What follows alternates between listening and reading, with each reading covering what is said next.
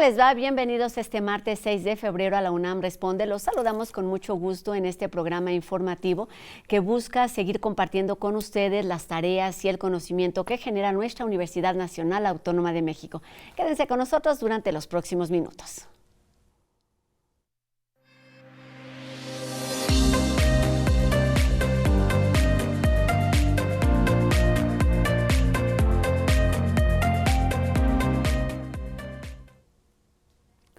La emergencia sanitaria por COVID-19 puso en evidencia diversas situaciones relacionadas con nuestra salud, por ejemplo, nuestro bienestar físico y mental. Con la pandemia, los sistemas de salud alertaron también sobre la resistencia bacteriana y los riesgos que implica el que los medicamentos no tengan el efecto positivo esperado en los pacientes. Sobre esta nueva emergencia sanitaria, platicamos esta tarde con la doctora Alba Romero Rodríguez, quien es investigadora del Departamento de Biología Molecular y Biotecnología del Instituto de Investigaciones Biomédicas de nuestra universidad. ¿Cómo estás, doctora? Hola, buenas tardes. Bienvenida a la UNAM Responde para hablar de este tema con el que nos hemos ido familiarizando durante los últimos meses, semanas, años incluso, y que tiene que ver con lo que hacen pues, las bacterias en nuestro organismo, y queremos saber qué sucede a nivel individual, pero también colectivo. Empecemos por entender o recordar qué es esto de la resistencia bacteriana. Sí, la resistencia bacteriana es simplemente el que los antibióticos no maten a las bacterias, a las que normalmente podían matar. Por ejemplo, la penicilina se podía utilizar contra cierto grupo de bacterias, respondían muy bien los pacientes porque la infección se eliminaba.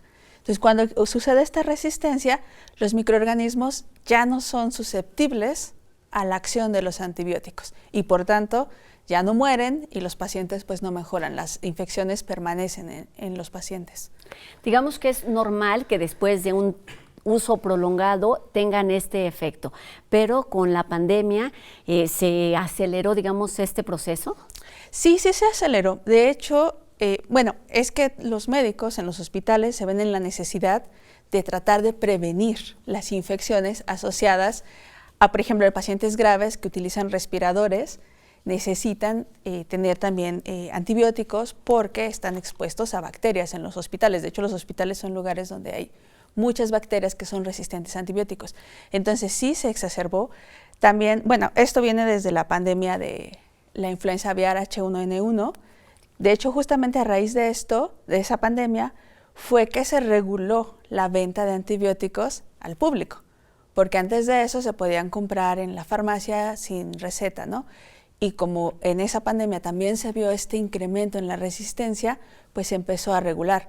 Y ahora es algo que también nos enfrentamos a este problema. Parece que las consecuencias de la resistencia se están acelerando porque se usaron muchos antibióticos durante la pandemia de COVID-19. Vamos a hablar más adelante de estos efectos. Ayúdanos a entender, mencionas mucho lo de antibióticos. ¿Es solamente con los antibióticos o es con otro tipo de medicamentos que se da este proceso? No, la resistencia se puede dar tanto en bacterias, nos referimos a los antibióticos, pero también puede darse en hongos, donde son los antifúngicos, o incluso los virus también pueden volverse resistentes a los tratamientos contra ellos, ¿no? Contra los antivirales. Entonces, por eso es muy importante utilizar el fármaco adecuado contra el organismo adecuado. Cuando estamos hablando de resistencia bacteriana, microbiana, ¿es porque está enfocado en algún microorganismo en particular? Sí, cuando hablamos bacterianas, son bacterias, son microorganismos pequeños, unicelulares, tienen ciertas características y realmente son los que en este momento son el problema principal de la resistencia. No que no existen otros grupos de microorganismos como los hongos o los virus, pero las bacterias son las que están generando muchas muertes. ¿Cómo, cuándo se identificó que esta era una emergencia que se podría o que se está convirtiendo en un problema de salud que incluso tiene pues organismos como la OMS atendiendo esta situación a nivel internacional? Sí, la resistencia a los antibióticos, bacteriana a los antibióticos, se conoce prácticamente desde que se descubrió la penicilina. Es un fenómeno natural que ocurre en la naturaleza. La bacteria que produce el antibiótico tiene los mecanismos para defenderse de él. Y eso es normal. El problema es cuando las bacterias se empiezan a compartir información entre ellas y esta capacidad de resistir a los antibióticos llega a un patógeno, a un organismo que sí nos produce enfermedad. Entonces esto es como que es esta dinámica natural El problema es cuando los ambientes, por ejemplo, se contaminan.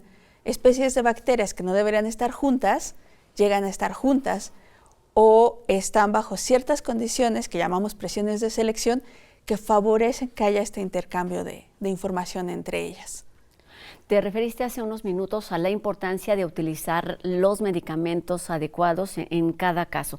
Se habla también de la automedicación. ¿Cuáles son algunas de las otras causas que están relacionadas con la resistencia bacteriana?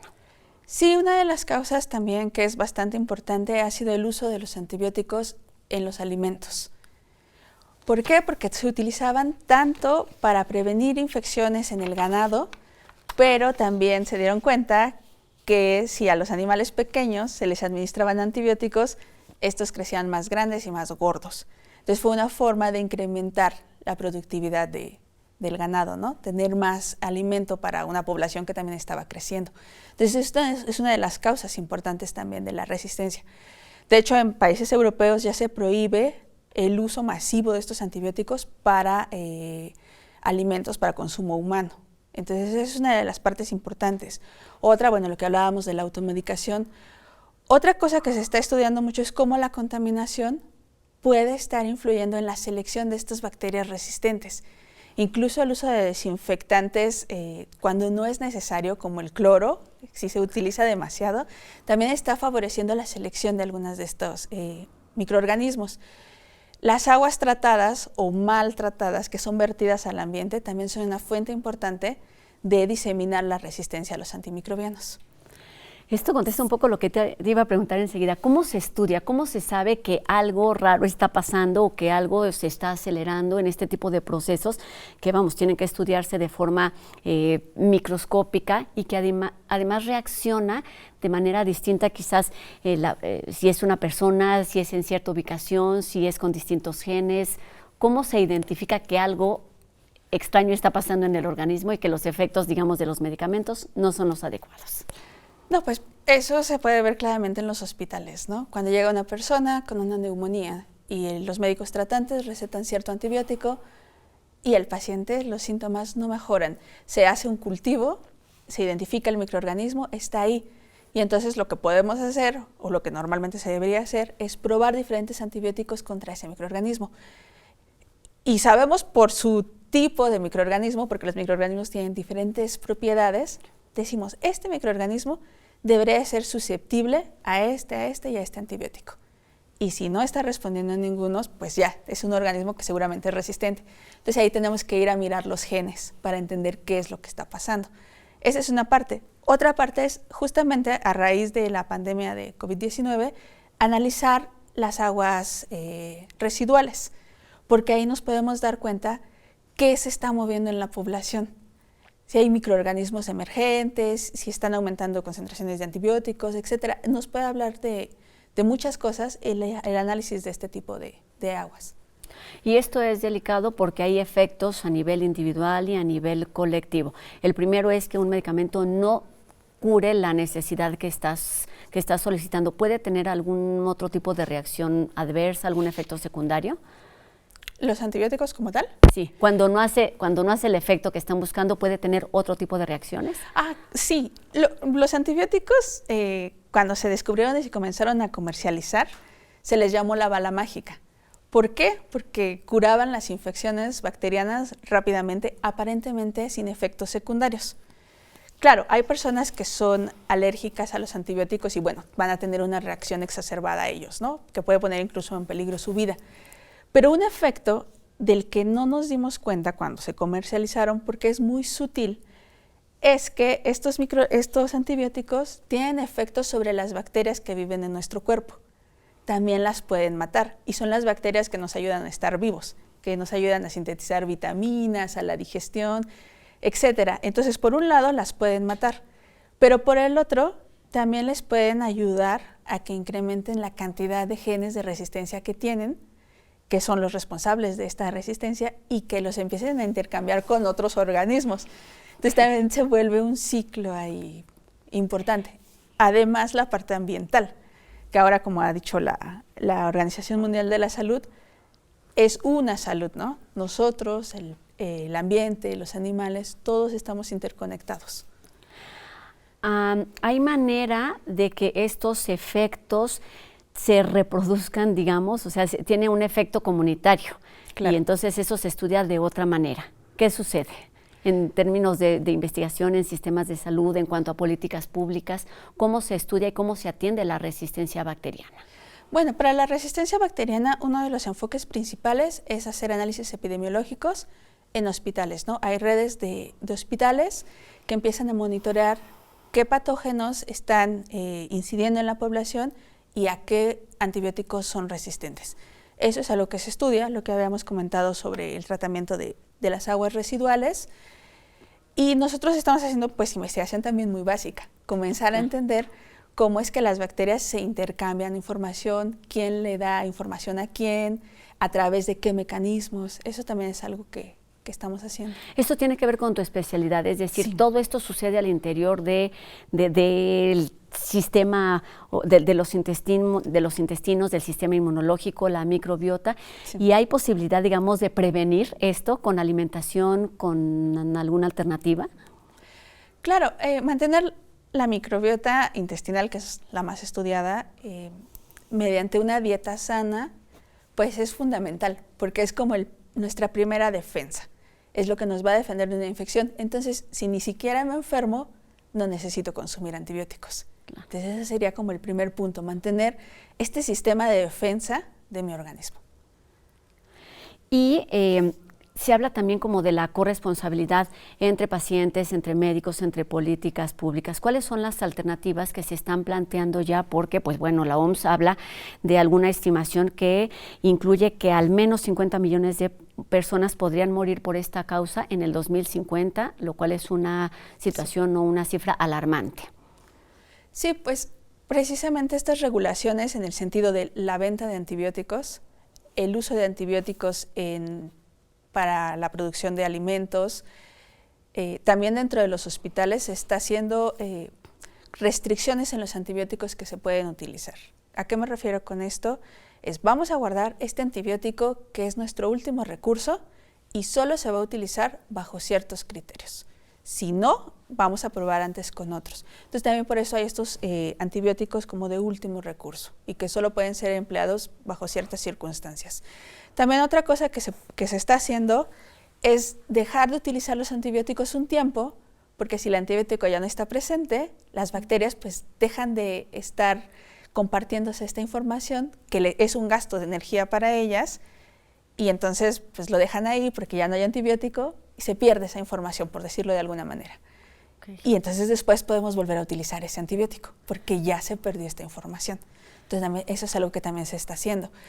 Y en cuanto a como individuo, como miembro de una sociedad, lo que puedo hacer, pues aunque ya no puedo ir a la farmacia a comprar el antibiótico, si le sobró a alguien, o sea, no puedo yo tomármelo porque a mi vecina le hizo bien, ¿no? Tengo que ir con un profesional de la salud para que me diagnostique si lo que tengo es algo viral o es algo bacteriano, porque es muy común confundir la gripe con una infección bacteriana y todo el mundo toma antibióticos para algo que no tiene sentido. Centrémonos un poquito más en esta parte para ir concluyendo la entrevista, que tiene que ver con nuestra responsabilidad y la importancia de tener la información adecuada, porque pues, la resistencia puede sonarnos muy a términos de investigadores, de científicos, de médicos, y es algo que debemos tener muy presentes todas y cada una de las personas. Sí. ¿Cómo aterrizar o cómo bajar, digamos, esta información? ¿Por dónde empezarías? Pues la resistencia es un problema real, es la llamada pandemia silenciosa, nos va a alcanzar en algún momento si no se toman medidas. Y bueno, como sociedad, lo que mencionaba, no tomar antibióticos cuando no es necesario. Otro punto importante es también evitar la contaminación del ambiente. ¿Cómo la evito? Si tengo un perrito, deshacerme de sus desechos adecuadamente, porque ahí también hay bacterias que si no están en las condiciones adecuadas pueden contribuir a este fenómeno de la resistencia. Lo mismo con el agua de la casa, ¿no? Si veo que hay un problema en el drenaje, es importante reportar esas cosas, porque también pueden ser estos puntos calientes de diseminación de genes de resistencia. También la limpieza, el lavado de manos que nos ayudó tanto en la pandemia es un punto clave, sigue siendo. Si evitamos infecciones, evitamos el uso de antibióticos.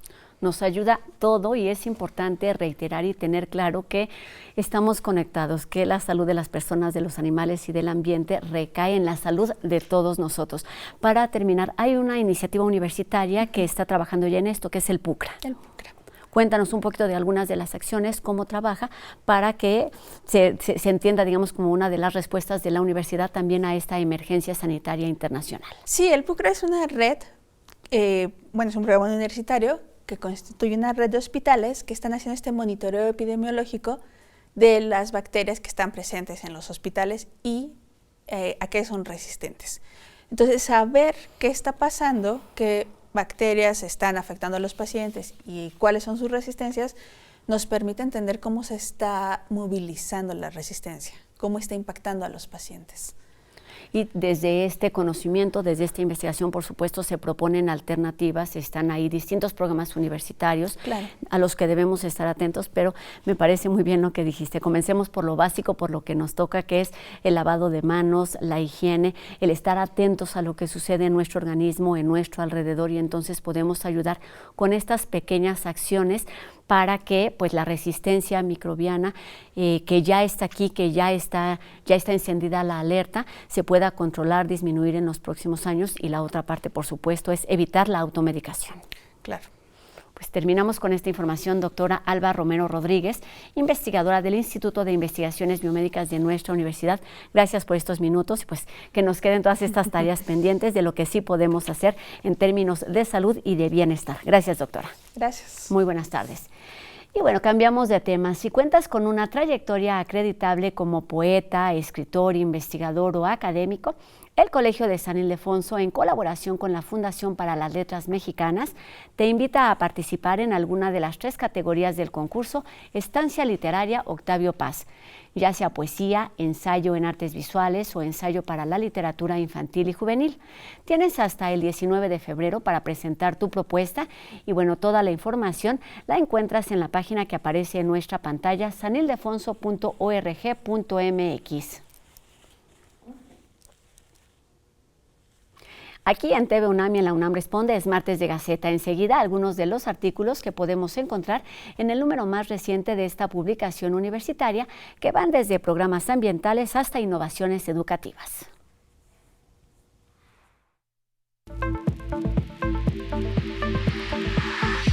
La UNAM se vincula de diferentes maneras con la sociedad. Por ejemplo, un grupo de universitarios que trabaja con pobladores de una comunidad para reforestar uno de los pulmones más importantes de la Ciudad de México a partir de oyameles resistentes a contaminantes.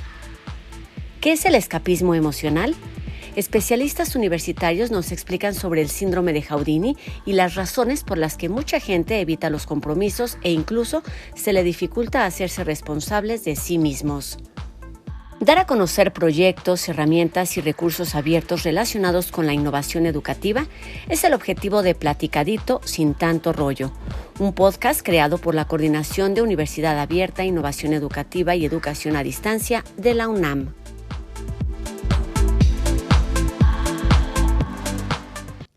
Esta tarde, Joel de Alba nos lleva a conocer la historia y el alcance de uno de los tesoros mexicanos que es valorado en prácticamente todo el mundo. Vamos a la conquista del sabor con el aguacate.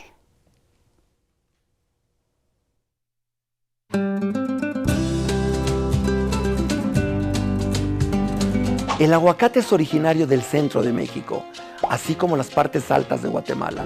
En la época prehispánica ya atesoraban este fruto. Tal era el gusto del aguacate por las antiguas civilizaciones que se propagó su cultivo hacia todo Centroamérica, Sudamérica y las Antillas. Los mayas incluyeron el jeroglífico del aguacate en su calendario solar. Además fue objeto de intercambio comercial, siendo uno de los productos que se usaban para pagar tributo. Cuando llegaron los españoles a América, se interesaron en el aguacate, ya que esta fruta se consumía por su rico sabor, así como por cuestiones de salud, debido a que es una de las pocas frutas ricas en grasas y baja en azúcares. Pero el aguacate que ellos vieron y conocieron fue el de cáscara blanda, que actualmente le llamamos criollo. De ahí fue variando la fruta, pasando por variedades como el fuerte, hasta llegar al aguacate Hass. El aguacate llamado el fuerte es de la zona de Puebla y se ganó su apelativo debido a que fue de las pocas variedades que sobrevivieron al tremendo congelamiento de 1903 en California. Esta fue la variedad de aguacate más consumida hasta la década de 1940.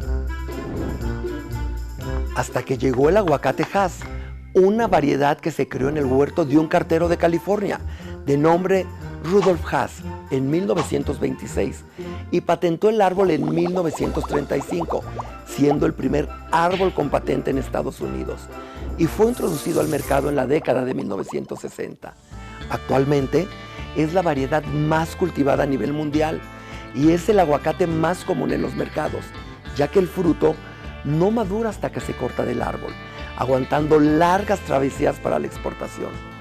De México hasta Australia, el aguacate es un producto que se consume en todo el mundo y se volvió tan popular recientemente que nacieron conceptos de restaurantes en donde casi todo el menú estaba inspirado en el uso de esta fruta, dando fama mundial al avocado toast o pan tostado con aguacate. Además, no faltaron los videos en redes sociales en donde se enseñaba desde partir un aguacate hasta recetas tan innovadoras como hacer un mousse vegano de chocolate a base de aguacate. Pero lo mejor es que nuestro delicioso guacamole pasó a formar parte del menú de entradas en muchos hogares de Estados Unidos, siendo el alimento más consumido durante la final del Supertazón de la NFL. Exportamos cada año a nuestros vecinos alrededor de 132,000 toneladas y los productores de aguacate mexicano invierten $7 millones en un comercial de 30 segundos para el Super Bowl. El aguacate no solo es un generador de divisas y empleos para nuestro país, es el oro verde que México produce todo el año, gracias al clima cálido que tenemos en el centro del país. Ni Chile, Perú, Colombia o Brasil tienen el clima para producir durante las 4 estaciones. Esto hace que México sea el mayor productor mundial y podamos disfrutar de este sano y delicioso fruto durante todo el año.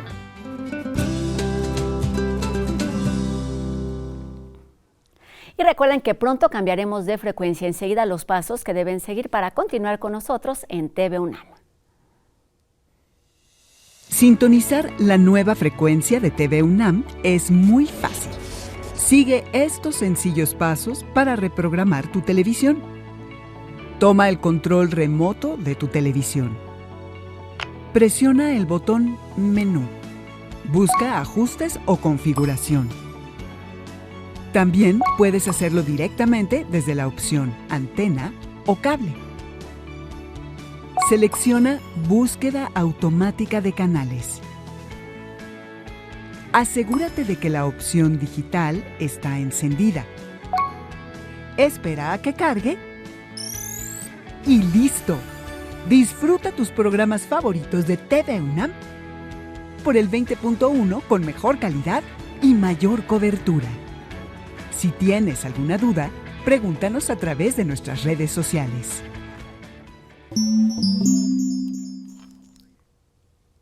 Con esta información terminamos nuestro programa de hoy, agradeciendo de nueva cuenta a Mónica Ponce su participación en la interpretación de lengua de señas mexicanas, que nos permite llegar a un público más amplio, y también, por supuesto, agradeciéndoles a todos ustedes que nos acompañen tarde con tarde aquí en TV UNAM para conocer todo lo que sucede al interior de nuestra universidad, pero también para entender lo que sucede más allá de este entorno universitario.